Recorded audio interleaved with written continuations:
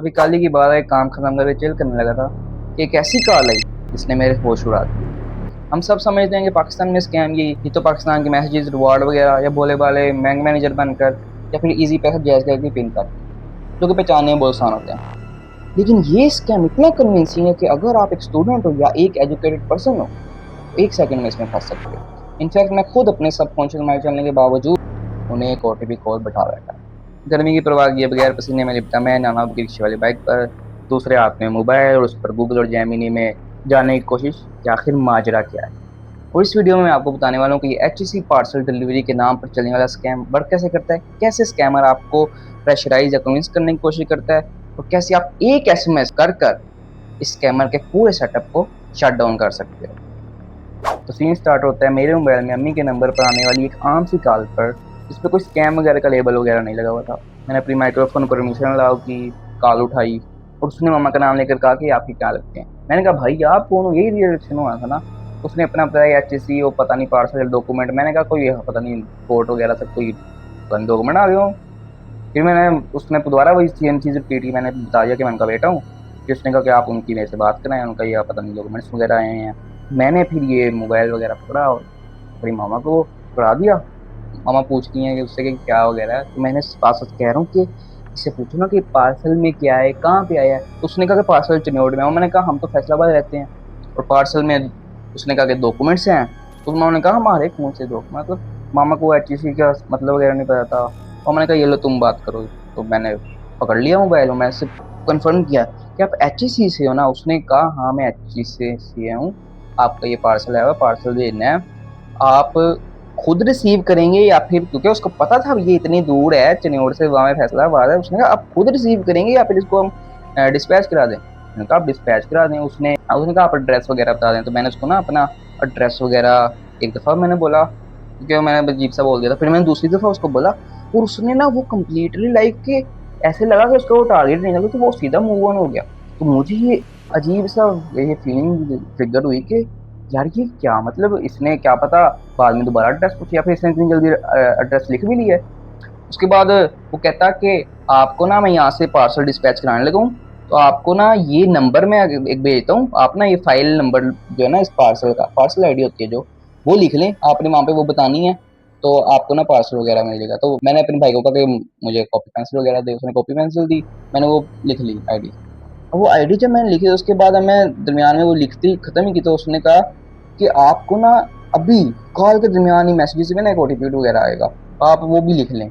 मुझे थोड़ा सा अजीब सा यार, ओटीपी की बात आ रही है कॉल, अभी कॉल के दरमियान, तो ये क्या कनेक्शन वगैरह ना कर ले और ये पता नहीं साथ ही ना हैकिंग स्टार्ट हो गई हो। क्योंकि स्कैम तो ऐसे ही वर्क करते थे। अभी वीडियो वगैरह देखी थी कोई बहुत बड़े की जो प्रोग्रामिंग वगैरह हैकर वगैरह की, तो वो देखा था। तो मुझे थोड़ा सा ना वो अजीब सी फीलिंग पूरा सबकॉन्शियस माइंड में ट्रिगर हो रही है। तो मैंने ना जल्दी से मैं उसके ना उसकी जितनी बातें रिजेक्ट करने की, मतलब रिजेक्ट वाले फेज में था कि नहीं नहीं नहीं नहीं। तो मैंने जल्दी मैसेज देखा तो उसमें कोई नहीं था। मैंने जल्दी से कहा कि नहीं मैसेज कोई नहीं है, और मैसेज सच में नहीं था। और इससे मुझे बाद में रियलाइज हुआ कि असल में उसकी इंटेंशन यही थी कि उसने व्हाट्सएप की तरफ ले गया। उसने उसी वक्त कह दिया कि व्हाट्सएप चेक करें, व्हाट्सएप पे ओटीपी आएगा। मैंने व्हाट्सएप मैंने कहा वो व्हाट्सएप दूसरे मोबाइल में होगा, वो मामा वाले मोबाइल में व्हाट्सएप, तो मैंने वो वाला मोबाइल मंगवाया और उसके ऊपर मैंने ओटीपी चेक किया, तो उसके ऊपर ओटीपी था। मैंने कहा क्या ओटीपी, मैंने लिख लिया, मैंने लिख लिया ओटीपी। उसने मुझे कहा कि आप अपनी ना डिटेल्स वेरीफाई कर दो। तो मैंने वेरीफाई की, मैंने उसको वही आईडी, वो जो नंबर था ना, पहले उसने अपनी डिटेल वेरीफाई वाली ट्रिक खेली ना, तो मैंने उसको अपनी वो आईडी वगैरह जो उसने बताई थी, क्योंकि जब बारी आई उसने कोड की, उसने कहा कोड, मैंने कहा कोड तो पर्सनल नहीं होता, मतलब कि हमारा इसमें मतलब शेयर वगैरह थोड़ी ना करना होता ये, तो ये तो डायरेक्ट होता है जहाँ से भी होता है। ऊपर से व्हाट्सएप पे भी ना एक विजुअल बने थे दो फोन का, वो लिंक टाइप आ रहा था ऐसे, जैसे यहाँ से लॉग आउट हो जाएगा ऐसे। तो वो व्हाट्सएप पे भी इतना क्लियर नहीं था, तो व्हाट्सएप को ना थोड़ा ज़्यादा क्लियर होना चाहिए कि ये इससे लॉग इन हो जाएगा या ऐसे कुछ हो जाएगा। तो डायरेक्ट स्टेटमेंट कोई नहीं थी। तो उसको थोड़ा सा ना वो लड़ता, वो कहता कि पार्सल डिस्पैच कराने के लिए कोड चाहिए होता है, आप कोड बताएंगे तो पार्सल डिस्पैच हो जाएगा। मैंने कहा कि पता नहीं मुझे। उससे मैंने पूछा कि आप कहाँ से हो, तो उसने कहा था कि मतलब कौन सी सर्विस वगैरह यूज़ कर रहा है। तो उसने कहा था पोस्ट ऑफिस वगैरह। तो इतनी में मैं बाहर नाना के जो रिक्शे के उसकी तरफ जा रहा था, तो मैं साथ लोगों को कहा कि ये आपको ये अपनी डिटेल्स बताओ ना जिससे वेरीफाई हो जाए कि ये ऑफिशियल चीज़ हो रही है, कि मैं मतलब कैसे बंदा यकीन कर लें। कहते कि हमने क्या नाम है, हमें आपको पार्सल मिला, हम आपको डिलीवर करें, सिंपल सी बात है। इसमें इतना वो डिफेंसिव डिफेंसिव नहीं था। अब इसको पता था मैं फंस रहा हूँ तो फंसाऊँ। तो मैं वो रिक्शे पे गया, रिक्शे पे नाना वाले पे चलो बैठा, इनके घर वाले काम वगैरह कर रहे हैं, नाना वो पूछते हैं क्या वगैरह, तो फिर थोड़ा थोड़ा सा अजीब अजीब था, लोग कह रहे हैं, घर वाले कह रहे हैं स्कैम स्कूम होगा, मैं सोच रहा स्कैम ठीक ही स्कैम है कि ये, मैं आइडेंटिफाई करने की कोशिश कर रहा था, ऊपर से वो उसने तकरीबन बात ही इतनी सही सी कर, मतलब क्या पता डॉक्यूमेंट्स अच्छी सी वाली हों, क्या पता हमारे कोई रिजल्ट का वगैरह पता नहीं क्या कोई चीज़ डॉक्यूमेंट, क्योंकि एससी एजुकेशन वगैरह है।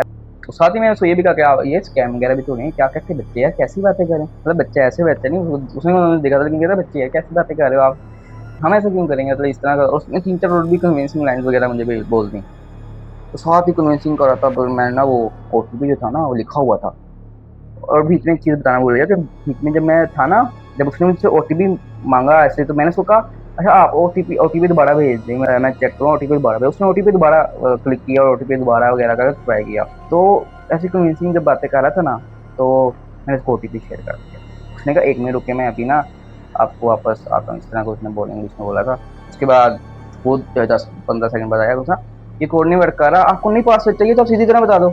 फिर थोड़ा रिएक्शन मुझे हुआ है, मुझे ये नॉर्मल रिएक्शन लगा था, सच में नॉर्मल रिएक्शन लगा था, यार ये तो नॉर्मल चीज़ है, मतलब टाइम हुआ था 11 मिनट पहुंच गए, तो इतना तो पैसे नहीं बस वाला करता कोई, 1-2 मिनट बाद कहते नहीं है तो सही है इतने आके आयो। लेपर्ड वाले यही कहते हैं ना, ऑफिस से ले रहे फिर हम अभी टाइम नहीं है, तो ये तो पीछे ही मतलब इतना कॉर्पोरेट, मैं कभी सोच रहा हूँ यार बड़ा नाइस इंसान है यार, बड़ा कोई लेवल का बंदा है ये, इतना मतलब कॉर्पोरेट कर रहा है यार कहा यार ये कोड तो बिल्कुल सही है यार, ये इसको क्यों नहीं मतलब लगा। फिर मैंने उसको कहा क्या आपका ओटीपी एक्सपायर और दोबारा मांगा था, तो आप दोबारा दे भेजिए, मैं अपडेटेड वाला कोड भेजा। उसने कहा अच्छा 1 मिनट का टाइमर आ रहा है, मैं फिर भेजता हूँ। फिर मुझे ना एकदम से मैंने जब व्हाट्सएप रिफ्रेश किया था, क्योंकि मैंने पुराना व्हाट्सएप पेज पे ऐसे था, तो वो वाला कोड था, तो वो वाला मैंने लिखा था, वो वाला मैंने बताया, तो मैंने किया तो वो एक कोड आया हुआ था, वो वाला अपडेटेड कोड था, और मुझे एक फील हो रही थी ये कोड अभी नहीं भेजना, क्योंकि यार क्या पता कोड शेयर किया तो पहली गलती करना कर बैठा हूँ, उस कोड शेयर करने से पहले रिलाइज होता है कि कोड अगर शेयर करे तो गलती ना हो जाए यार कोई। तो वो सारी सारी फीलिंग मिक्स वगैरह सब कुछ चल रहा था, ऊपर से गर्मी थी, पसीने थे, रिक्शे पे बाहर बैठा हुआ था, कोई परवाह करो ही नहीं, पता ही नहीं था क्या हो रहा है इधर उधर, उस पर फोकस। साथ ही मैंने ना जैसे उसने कहा ना 1 मिनट का टाइमर है, मैं साथ ही खोला मोबाइल, खोला ये गूगल पे लिखा कि क्या थोड़ा सा उसको डिटेल दें। उसने कहा कि एचपीसी का तो ऐसा कोई होता ही नहीं है, एजेंट वगैरह उसका तो प्रोसेस ही बड़ा इंटरप्रेटेड होता है, तो टेक्स्ट बुक होता है। मैं उसको थोड़ा और डीप डीप में जानने लग पड़ा, साथ ही उसका ना आया कि हाँ मैंने आपको भेजा है, कोड वेरीफाई कर दें। उससे क्यों ऐसी थी, कोड वेरीफाई कर दें प्लीज़, कोड वेरीफाई कर दें, बड़े प्रोफेशनल वर्ड्स वगैरह चीज़ें जैसे पता नहीं क्या। लेकिन एक बात है यार, डिलीवरी वाला तो नहीं इतना प्रोफेशनल हो सकता, ये एक है रेड फ्लैग। ठीक है जो पार्सल डिलीवरी पोस्ट ऑफिस, लेकिन अगर पोस्ट ऑफिस से बंदा बड़े वाला है तो बड़े वाला बंदा ऐसा थोड़ा ना करता काले शाले कि आपका पार्सल है वो डिलीवरी शिलीवरी नहीं करता। ये 2 चीज़ें आप याद रखना कि अगर मेन बंदा तो वो आपको पहली चीज़ आपको पहुंचा दूँ, उसका जो डिलीवरी बॉय होते हैं वो क्यों नहीं आपको कॉन्टैक्ट कर रहा। और अगर डिलीवरी बॉय इतना प्रोफेशनल, इतना आपको पता कि हर चीज़ से वो इतना टाइम भी नहीं देता, तो ये 3 चीज़ें आपने ध्यान रखनी है। मैं प्रिंट सर्च कर रहा हूँ, उसने कॉल काट दी थोड़ी देर बाद, कोई 40-50 सेकंड बाद, और हमारी टोटल 15 मिनट की ये कॉल थी। आपको तो मैं जल्दी से बताई जा रहा हूँ। उसको क्या फिर मैंने कहा स्टोरी कि ये हुआ है, वो कहती है तो मतलब ऑनलाइन स्कैम वगैरह इस तरह चलता है, तो आप इसकी कॉल वगैरह काटो, इसकी कॉल वगैरह उठाना ना, इसका क्या नाम है अपना चेक कर। मैंने उसको बताया कि मैंने कोड सेव करना, वो सेव कोई नहीं है। तो फिर मैं मुझे और थोड़ा हो गया पता नहीं क्या। फिर इसने कहा कि आप अपना व्हाट्सएप वगैरह चेक करो। मैंने व्हाट्सएप चेक किया तो उस पर मैंने उसको बताया कि व्हाट्सएप पे ना कुछ नहीं है, वो पैसे उसने कहा। फिर ये फेल्ड हो गया जब उसने कहा ना कि ये कोड नहीं लगा, अपने पास में चाहिए तो सीधी तरह कर दो, ये ग्रेशन शो करता है कि उसका कोड नहीं लगा। तो अब आप ये सेव आप जल्दी से ना अपने व्हाट्सएप पे इंक्रिप्शन लगा दो, ताकि वो इस तरह का डायरेक्ट कोई दोबारा ना भेजे। तो वो मैंने जल्दी जल्दी 6 डिजिट अपनी इंक्रिप्शन लगाई। उसके बाद मैंने उसको बता दिया कि मैंने इंक्रिप्शन लगा लिया। उसमें फिर मुझे स्टेप्स होता है कि ये सारा मतलब स्कैम स्कूम का ना थोड़ा और भी मैंने नॉलेज वगैरह ले लिया ना। फिर उसने बताया कि आप इसको ब्लॉक कर दो, मतलब तो मैंने ना फिर जो कॉन्टैक्ट है उसमें जाके उसको ब्लॉक एंड रिपोर्ट किया।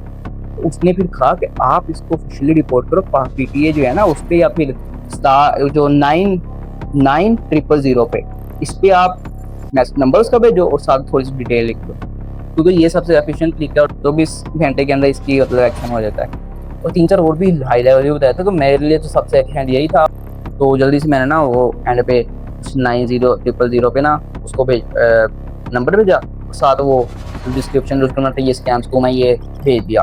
और जैसे ही मैंने रिपोर्ट किया तो गवर्नमेंट की तरफ से मुझे एक मैसेज आ गया कि हम इस पे 24 घंटों में एक्शन लेंगे।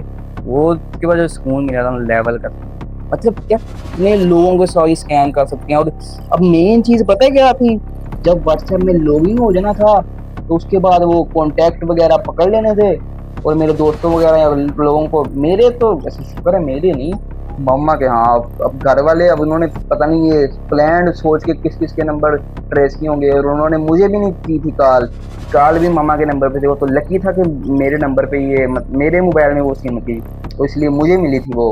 नहीं तो मामा वगैरह या फिर क्योंकि टर्म्स वगैरह थी वो अकेले आते तो नहीं समझ लगनी थी, वो जल्दबाजी में कर सकती थी। मुझे कॉल नहीं मैंने दिया, तो इसलिए मामा का रिएक्शन दूर थोड़ा चेंज था। अगर डायरेक्ट मामा को आते तो रिएक्शन चेंज होना था, तो मैंने इन्वॉल्व भी नहीं होना था। और मामा को जितनी कन्विंसिंग लाइनें उसने मुझे बोली, अगर उतनी मामा को बोल रहा कोई पता नहीं कि लॉगिन हो जाना था, व्हाट्सएप हैक करना था, कितने रिश्तेदार थे पता नहीं क्या कहानी बना के पैसे मांगने थे। और आपको तो पता है प्लेटफॉर्म भी आजकल लिंक हो जाते हैं, व्हाट्सएप पे कोड आता है, वो जो डिलीवरीज आपके सिस्टम जितना भी चल रहा होता है आजकल व्हाट्सएप के पिन पे बहुत कुछ हो रहा है। ऑफिशियल का नहीं मुझे इतना पता, लेकिन काफ़ी प्लेटफॉर्म है जो व्हाट्सएप पे वर्क करते हैं। और काफ़ी तरीके हैं जिससे व्हाट्सएप को यूज़ करके आपसे फ्रॉड वगैरह वगैरह सब कुछ हो सकता है। और क्या पता बैंक वगैरह भी लिंक और इस तरह की चीज़ें भी हो रही हों, लेकिन ये बहुत बड़ा और बहुत अजीब सा और बहुत कन्विंसिंग स्कैम आजकल प्रिवेल कर रहा है, और इससे सबको बचना चाहिए। पूरे वाक़ये से मैंने 3 चीज़ें सीखी और मैं चाहता हूँ कि आप भी इस 3 चीज़ों को ना अपने माइंड में बिठा लें कि कोई भी जो ऑफ़िशियल अदारा होता है ना, ये एचएससी वगैरह, ये ऐसे मतलब आपके व्हाट्सएप ओटीपी नहीं माँगता। बस व्हाट्सएप ओटीपी बहुत सिक्योर चीज़ है, जो आप अगर ये जितने भी अदारे हैं ऑफ़िशियल या प्लेटफ़ॉर्म है, ये आपको एक अलहदा प्लेटफ़ॉर्म, एक प्लेस प्रोवाइड करते हैं जहाँ पे आप अपने इंडिविजुअल स्पेस पे लॉगिन हो सकते हो, और वो सही होता है क्योंकि वो एन्क्रिप्टेड होता है। लेकिन अगर कोई बंदा वगैरह माँगे तो उनकी तो ऑफ़िशियल गाइडलाइंस है कि आपने इस तरह का कुछ नहीं करना। और जब कोई बंदा इतना मतलब 3-4 मैंने आपको रेड फ्लैग्स पहले भी गिनवाई है ना, उसको अपने मद्देनजर रखना है।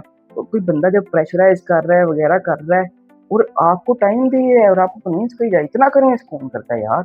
और मेन चीज़ है कि आपने सच बताऊँ नेक्स्ट टाइम जो बेस्ट एफिशिएंट ट्रिक है कि कैसे बचना है, वो यही है कि आप चुप करके उसको कहो ओके मैं अभी थोड़ा-सा बिज़ी हूँ, मुझे 10 मिनट बाद याद करो, मैं अभी घर तक पहुँचता हूँ फिर आपकी बात तसल्ली से सुनता हूँ। आप उसको इस तरह कह दो, साथ ही गूगल एआई खोलो। आजकल टेक्नोलॉजी बहुत तेज़ है, आजकल आपको यूट्यूब पे चीज़ें वगैरह मिल जाएंगी।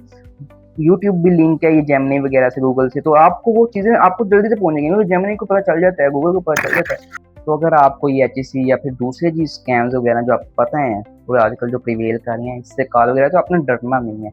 आपने चुप करके उनका नंबर वगैरह ब्लॉक कर देना है और उनको 9000 पे ब्लॉक रिपोर्ट करना है। और 24 घंटों के अंदर उनका एक्शन लिया जाएगा और उनका नंबर वगैरह ब्लॉक कर दिया जाएगा, सिम कार्ड वगैरह। इस वीडियो को अपने दोस्तों के साथ शेयर करना और खुसूसन अपने पेरेंट्स के साथ शेयर करना, क्योंकि वो इन ऑफिशियल नामों से ना कंफ्यूज हो जाते हैं और इन इस तरह के स्कैम्स के झांसे में आ सकते हैं। तो स्टे सेफ, मिलते हैं आपको अगली वीडियो में। अल्लाह हाफिज़।